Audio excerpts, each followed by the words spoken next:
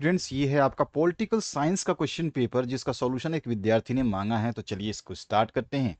आपका प्रश्न पत्र जो है अभी अभी हुआ है। ये पहला क्वेश्चन है, प्राकृतिक स्वतंत्रता की अवधारणा संबंधित है, ये किससे है? तो ये लस्की से है। बी ऑप्शन जो है इसका करेक्ट हो जाएगा। इंग्लिश में भी ये क्वेश्चन पेपर है, ध्यान रखना है आपको।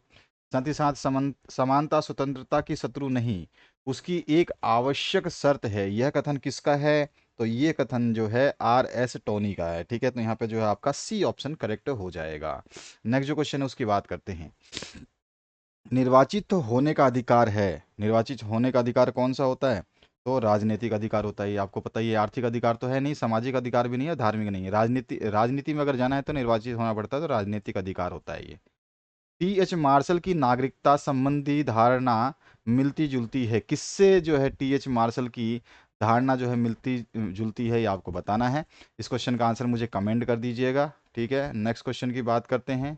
अगले क्वेश्चन में देखते हैं क्या आंसर रहेगा। यहाँ पर जो क्वेश्चन, धर्मनिरपेक्षता विरोध करती है, किसका विरोध करती है ये? तो यहाँ पर जो है ये कहती है कि धर्म जो है समान है, तो यानी धार्मिक वर्चस्व जो है उसको विरोध करती है। तो सी ऑप्शन करेक्ट हो जाएगा। धर्मनिरपेक्षता का मतलब सभी धर्मों को राज्य द्वारा समान संरक्षण है। यह कथन किसके द्वारा दिया गया था? तो ये कथन जो है आप कह सकते हैं आसानी से कि ये कथन जो है पंडित जवाहरलाल नेहरू का दिया हुआ है। नेक्स्ट जो क्वेश्चन है, महात्मा गांधी जयंती मनाई जाती है। अब यहाँ पे महात्मा गांधी जो जयंती मनाई जाती है बहुत सभी को पता है, इसमें तो मेरे को हिसाब से किसी ने गलत किया नहीं होगा। आंसर हो जाएगा 2 अक्टूबर। इसका जो नेक्स्ट क्वेश्चन है, धर्मनिरपेक्षता बढ़ावा देती है। तो धर्मनिरपेक्षता किसको बढ़ावा देती है? तो धर्मों में समानता को जो है ये बढ़ावा देती है। तो ये ऑप्शन करेक्ट हो जाएगा। विकास का मॉडल सर्वाधिक निर्भर है। तो विकास का मॉडल जो है हमेशा जो है, मैंने आपको इससे पहले पॉलिटिकल साइंस का पेपर दिया था, उसमें काफ़ी क्वेश्चन इसमें से हैं, ऊर्जा के ऊपर निर्भर करता है। ठीक है, इसके बाद जो नेक्स्ट क्वेश्चन है इसमें देखिए क्या पूछा गया आपसे। कनाडा के संविधान से जो प्रावधान भारत के संविधान में ग्रहण किया गया है वह है, यानी कि कनाडा के जो संविधान में जो चीज़ दी गई है वही भारत के संविधान में उसको एक्सेप्ट किया गया है, उसको ऐसे का ऐसा उठा लिया गया है। तो वो क्या है? यहाँ पर जो है अवशिष्ट शक्तियों का सिद्धांत जो है उसको ऐसे का ऐसा उठा लिया गया। तो ए ऑप्शन जो है करेक्ट हो जाएगा। नेक्स्ट है, वर्तमान में मौलिक अधिकारों की संख्या कितनी है? तो मौलिक अधिकार जो है टोटल वर्तमान में 6 हैं। नेक्स्ट जो क्वेश्चन उसकी बात करते हैं, भारत के मुख्य न्यायाधीश की नियुक्ति की जाती है, किसके द्वारा की जाती है? तो आंसर हो जाएगा राष्ट्रपति के द्वारा। नेक्स्ट जो क्वेश्चन है, वर्तमान में भारत में राज्य जो है वर्तमान समय में 28 राज्य हैं। और उसके बाद संघ सूची में विषय हैं, तो संघ सूची में जो है कितने विषय हैं? तो हमारा जो आंसर हो जाएगा 97 विषय है, 97। इसके बाद जो नेक्स्ट क्वेश्चन है इसमें पूछेगा, वर्तमान में भारत में मताधिकार की न्यूनतम आयु जो है कितनी है? तो 18 वर्ष है वर्तमान में। भारत के संविधान को अंगीकृत किया गया था, यानी कि अडॉप्ट किया गया था। तो कब अडॉप्ट किया गया था? अंगीकृत मतलब कि अडॉप्ट किया गया था, लागू नहीं किया गया था। अडॉप्ट किया गया था 26 नवंबर सन 1949 में, लागू किया गया था 26 जनवरी सन 1950 में। ठीक है, नेक्स्ट जो क्वेश्चन है यहाँ पूछा गया है, परिसीमन आयोग का गठन खालिस्तान करता है, तो कौन करता है? तो राष्ट्रपति करता है। कौन करता है इसका? राष्ट्रपति। राष्ट्रपति जो है इसका गठन करता है। तो राष्ट्र नहीं लगाया ना, राष्ट्रपति। इसका जो नेक्स्ट क्वेश्चन है इसमें, भारत का राष्ट्रपति सरकार का खालिस्तान प्रधान है, कैसा है? तो ये राज्य प्रधान है। ठीक है, राज्य का राष्ट्रपति जो है राज्य का प्रधान माना जाता है। तो यहाँ पे राज्य का प्रधान है। इसके बाद जो है, ग्राम पंचायत के मुखिया को खालिस्तान कहते हैं, सभी को पता है। क्या कहते हैं? सरपंच कहते हैं। इसके बाद जो नेक्स्ट क्वेश्चन है, गांव और जिला स्तर के शासक को खालिस्तान कहते हैं, तो गांव और जिला स्तर के शासक को जो है स्थानीय शासन को स्थानीय शासन कहते हैं।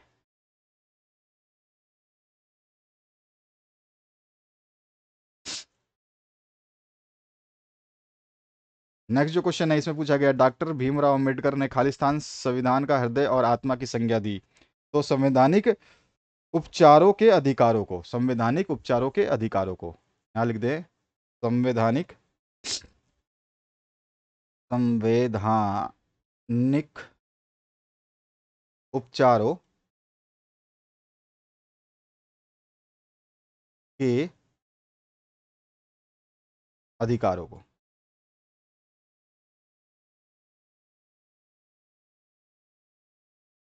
ठीक है। इसके बाद देखिए नेक्स्ट क्वेश्चन क्या पूछा है, नागरिकता से संबंधित प्रावधान भारतीय संविधान के भाग खालिस्तान में वर्णित है, भाग 2 में या द्वितीय में? तो यहाँ पे द्वितीय लिख देंगे तो भी चलेगा, द्वितीय में वर्णित है। नेक्स्ट जो क्वेश्चन है देखिए, प्लेटो की पुस्तक, प्रसिद्ध पुस्तक का नाम खालिस्तान है, तो प्लेटो की प्रसिद्ध पुस्तक का रिपब्लिक आप शॉर्ट में फॉर्म में लिख दो तो वही है, तो रिपब्लिक जो है इसका नाम है, रिपब्लिक।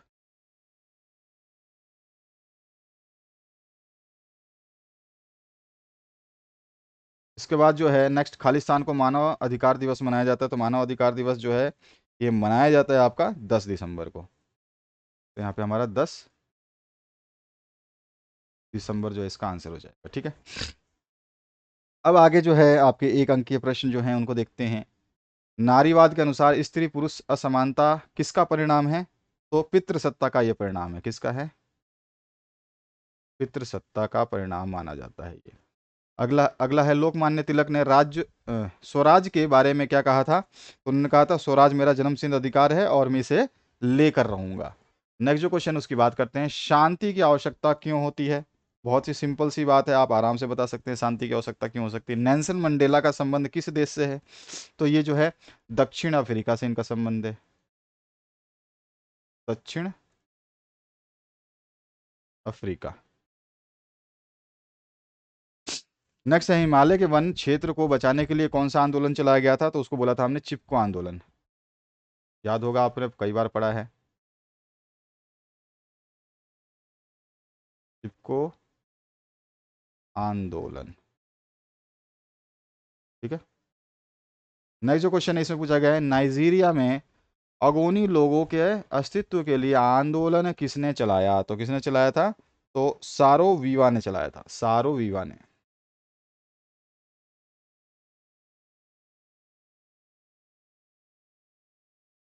नेक्स्ट जो क्वेश्चन है इसमें पूछा, संविधान के कौन से अनुच्छेद द्वारा संसद किसी राज्य का क्षेत्रफल बढ़ा सकती है? तो अनुच्छेद 3 के अनुसार, अनुच्छेद अनुच्छेद 3। ठीक है, अनुच्छेद 3 लिख देते हैं, अनुच्छेद 3 के अनुसार। नेक्स्ट जो क्वेश्चन है इसमें, भारतीय संविधान की कोई दो विशेषताएं लिखी है, तो आप बता सकते हो। भारतीय संविधान जो है उदारवादी है, व्यक्तिवाद है।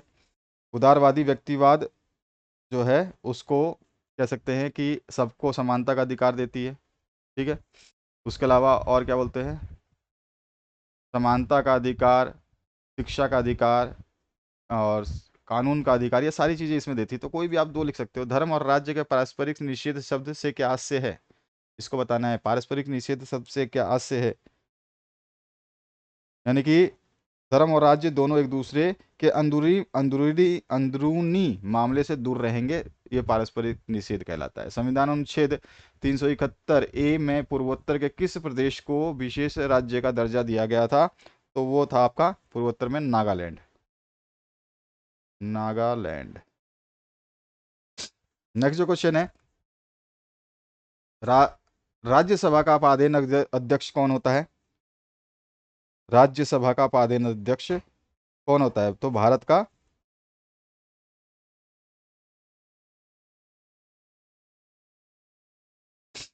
1 मिनट देखिए, धर्मनिरपेक्ष से क्या है अनुसंधान, ये नागालैंड हो गया।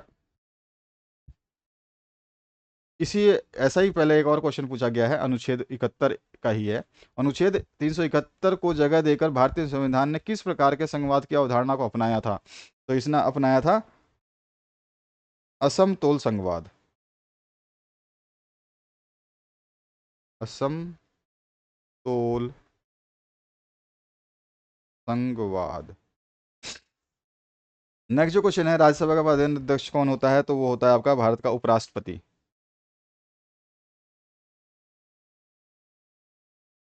उपराष्ट्रपति।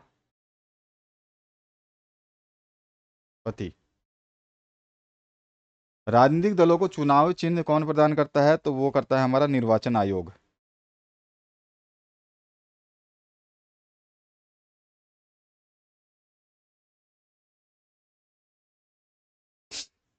भारत में राष्ट्रपति का कार्यकाल कितने वर्ष का होता है? तो आंसर हो जाएगा 5 वर्ष।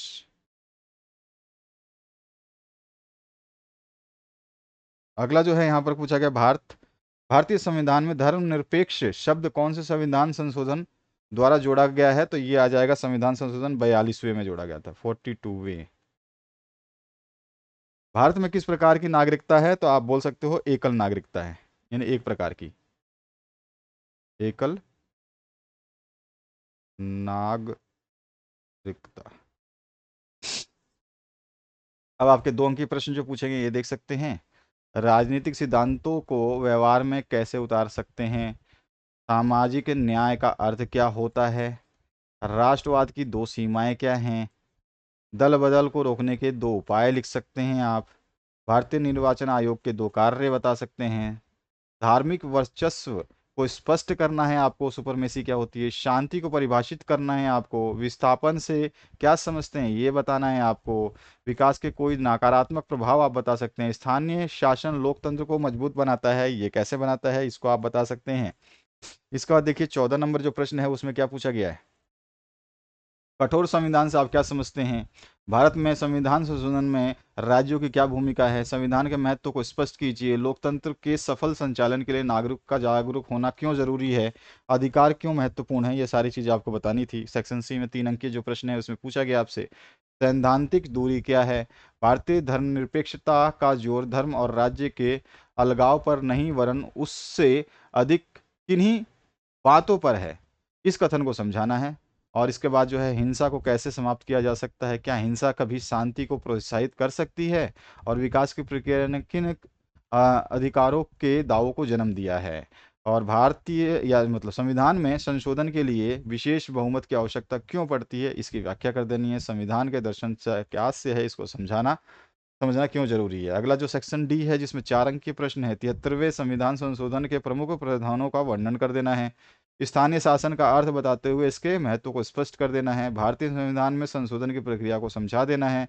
इसमें अथवा पाठ भी है, ठीक है। और भारतीय संविधान एवं जीवंत दस्तावेज, भारतीय संविधान एक जीवंत दस्तावेज है, इस कथन की विवेचना करनी है आपको। संविधान का मोल बता देना है, मतलब संरचनात्मक हिंसा का अर्थ बताते हुए इसके विभिन्न रूपों की व्याख्या कर देनी है। शांति को सर्वोत्तम रूप में तभी पाया जा सकता है जब स्वतंत्रता, समानता और न्याय कायम हो। क्या आप इस कथन से सहमत हैं? अपना मत दे देना है। तो इस तरह से ये प्रश्न पत्र जो था यहाँ पे समाप्त होता है। यही आपका प्रश्न पत्र था। प्लेलिस्ट आपके सामने आ रही है, आप भूगोल देख सकते हैं। बाकी मैंने और भी 2 सब्जेक्ट हैं आपके, राजनीति विज्ञान जहाँ जहाँ हुए हैं वो डाल दिए हैं, भूगोल जहाँ जहाँ हुए वो डाल दिए।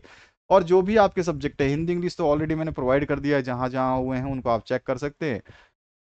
उसके अलावा आपका अर्थशास्त्र और जो भी सब्जेक्ट्स बचते हैं वो सारे डाले जा रहे हैं, तो उन सभी को देखना चाहें तो आप देख सकते हैं। प्लेलिस्ट आपके सामने आ रही है, इसमें सब कुछ मिल जाएगा। Thank you very much, have a good day.